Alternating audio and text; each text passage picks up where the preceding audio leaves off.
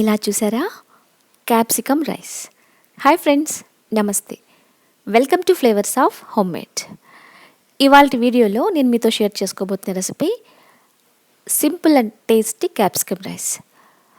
మిగిలిన అన్నంతో ఎంతో టేస్టీగా తక్కువ సమయంలో ఈ క్యాప్సికమ్ రైస్ తయారు చేసుకోవచ్చు. ఇంకెందుకు ఆలస్యం, క్యాప్సికమ్ రైస్ తయారు చేసుకుందాం. ముందుగా ఈ క్యాప్సికమ్ రైస్కి అవసరమైన మసాలా పొడిని తయారు చేసుకోవాలి. గ్యాస్ వెలిగించుకుని పాన్ పెట్టుకుని, పాన్ వేడెక్కగానే అందులో 1 టేబుల్ స్పూన్ శనగపప్పు, 3/4 టేబుల్ స్పూన్ మినప్పప్పు, 1 టేబుల్ స్పూన్ ధనియాలు, 1 టీ స్పూన్ జీలకర్ర, 4 నుంచి 5 ఎండుమిరపకాయలు తీసుకుని దోరగా వేయించుకోవాలి. ఈ మసాలా దినుసులు ఫ్రై చేసుకునేటప్పుడు మంటని చాలా తక్కువగా పెట్టుకోవాలి. దినుసులు మాడిపోకుండా చూసుకుని లో మంట మీద కాస్త దూరగా వేయించుకుంటే పొడి చేసినప్పుడు దీని రుచి కానీ అరోమా పర్ఫెక్ట్గా వస్తుంది. Gun powder, sambar powder, garam masala powder, ఇలా రకరకాల పౌడర్స్ ఉంటాయి కదా, వీటిని ఇంట్లో తయారు చేసుకునేటప్పుడు కాస్త ఓపిక్గా తక్కువ మంట మీద వేయించుకుంటే అవుట్పుట్ చాలా పర్ఫెక్ట్గా వస్తుంది. ఇక్కడ ఇలా చూసారా, మసాలా దినుసులు దోరగా వేగిపోయాయి. ఇప్పుడు వేరే గిన్నెలోకి వీటిని ట్రాన్స్ఫర్ చేసుకుంటున్నాను. చల్లారిన తర్వాత దీన్ని పొడి చేసుకుందాం. చక్కగా చల్లారిన ఈ మసాలా దినుసుల్ని ఒక మిక్సీ జార్లోకి ట్రాన్స్ఫర్ చేసుకుని పొడి చేసుకోవాలి. ఇలా చూసారా, మన పొడి కూడా రెడీ అయిపోయింది. తర్వాత ఒక పాన్ పెట్టుకుని వేడి చేసుకుని అందులో 2 టేబుల్ స్పూన్స్ ఆయిల్ వేసుకోవాలి. తర్వాత 1 స్పూన్ నెయ్యి కూడా వేసుకోవాలి. కేవలం ఆయిల్తో చేసుకోవచ్చు, లేదా కేవలం నెయ్యితో కూడా తయారు చేసుకోవచ్చు. కొబ్బరి నూనె వేస్ట్ చేసినా కానీ ఈ క్యాప్సికమ్ రైస్ చాలా బాగా వస్తుంది. ఆయిల్ వేడికిన తర్వాత ఇందులో 1/2 టీ స్పూన్ శనగపప్పు, 1/2 టీ స్పూన్ మినప్పప్పు, 1 టీ స్పూన్ ఆవాలు, 1/2 టీ స్పూన్ జీలకర్ర వేసుకుని ఆవాలు చిటపటలాడిన తర్వాత కొన్ని కరివేపాకులు కూడా వేసుకోవాలి. తర్వాత ఇందులో 1/4 టీ స్పూన్ ఇంగు కూడా వేసుకోవాలి. వీటన్నిటిని కాస్త వేయించుకుని ఇందులో మనం రెడీ చేసి పెట్టుకున్న మసాలా పొడిని వేసుకోవాలి. ఇక్కడ నేను 2 టేబుల్ స్పూన్స్ మసాలా పొడిని వాడాను. ఫ్లేమ్ని లోలో పెట్టుకుని జస్ట్ వీటన్నిటిని కలిసే విధంగా మిక్స్ చేసుకుందాం. ఆ తర్వాత ఇందులో తురిమిన పచ్చి కొబ్బరిని వేసుకోవాలి. ఇక్కడ నేను 2 టేబుల్ స్పూన్స్ తురిమిన పచ్చి కొబ్బరిని వాడాను.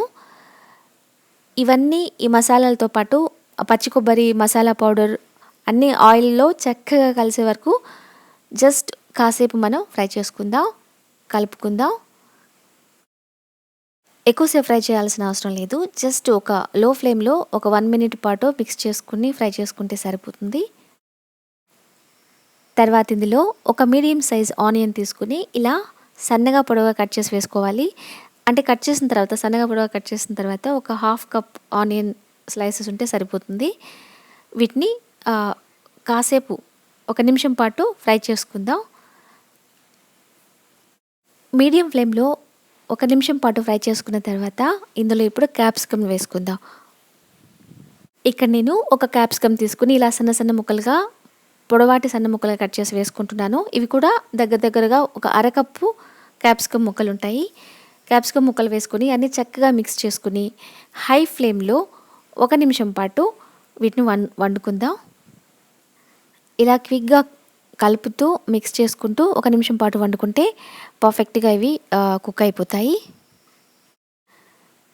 ఇక్కడ నేను రుచికి సరిపడా ఉప్పును కూడా వేసుకున్నాను.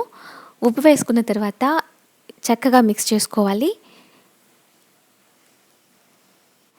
ఉప్పు వేసుకుని కాస్త ఫ్రై చేసిన తర్వాత, అంటే క్యాప్సికమ్ ముక్కలు కుక్ అయిన తర్వాత ఇప్పుడు ఇందులో ముందుగానే వండి రెడీ చేసి పెట్టుకున్న అన్నాన్ని వేసుకోవాలి. మంటని మీడియం ఫ్లేమ్లో పెట్టుకుని ముందుగానే వండుకొని చల్లార్చిన మిగిలిన బాస్మతి రైస్ని ఇక్కడ వాడుతున్నాను. మనకు నచ్చిన ఏ మిగిలిపోయిన అన్నమైనా సరే మనం ఇందులో వాడుకోవచ్చు. కానీ బాస్మతి రైస్లో ఉండి ఆ ఫ్లేవర్ ఉంటుంది చూసారా, ఈ క్యాప్సికమ్ రైస్కి చాలా బాగుంటుంది. సో అందువల్ల నేను మిగిలిన బాస్మతి రైస్ని వేసుకుని మిక్స్ చేసుకుంటున్నాను. ఇక్కడ నేను 2 కప్పుల బాస్మతి రైస్ వేసుకున్నాను. అన్నం వేసుకున్న తర్వాత అన్నిటిని చక్కగా మిక్స్ అయ్యే విధంగా కలుపుకోవాలి. ఇలా కలుపుకుంటున్నప్పుడు అన్నం విరిగిపోకుండా చూసుకోవాలి. చాలా జాగ్రత్తగా కలుపుకుంటే బాగుంటుంది. మిగిలిన అన్నంతో క్యాప్సికమ్ రైస్ చేస్తే రుచిగానే ఉంటుంది. లేదు ఈ రైస్ కోసం అన్నం వండుతూ ఉంటే రైస్ వండిన తర్వాత బాగా చల్లార్చి ఇందులో వేసుకోవాలి. ఇక్కడ నేను ఇప్పుడు 2 టేబుల్ స్పూన్స్ చింతపండు రసం వేసుకుంటున్నాను. చింతపండు రసం కాస్త పలుచగా ఉండే విధంగా చూసుకోవాలి. ఇలా వేసుకోవడం వల్ల రుచితో పాటు మసాలా, రైస్ ఒకదానితో ఒకటి చక్కగా మిక్స్ అవ్వడానికి ఉపయోగపడుతుంది. ఈ చింతపండు వాటర్ చల్లడం వల్ల మాయిశ్చర్ వస్తుంది. దానివల్ల ఒక స్టీమ్ అనేది వస్తుంది కదా, అందువల్ల ఇవన్నీ చక్కగా మిక్స్ అయ్యి ఈ రైస్కి ఒక మంచి లైఫ్ వస్తుంది. అంతే అండి, మన క్యాప్సికమ్ రైస్ పర్ఫెక్ట్గా టేస్టీగా రెడీ అయిపోయింది. మీరు కూడా రెడీ చేసి ఎలా వచ్చిందో నాతో ఫీడ్బ్యాక్ పంచుకోండి. ఇంకొక ఈజీ అండ్ టేస్టీ రెసిపీతో మీ ముందు ఉంటాను. అంతవరకు ఉంటాను మరి.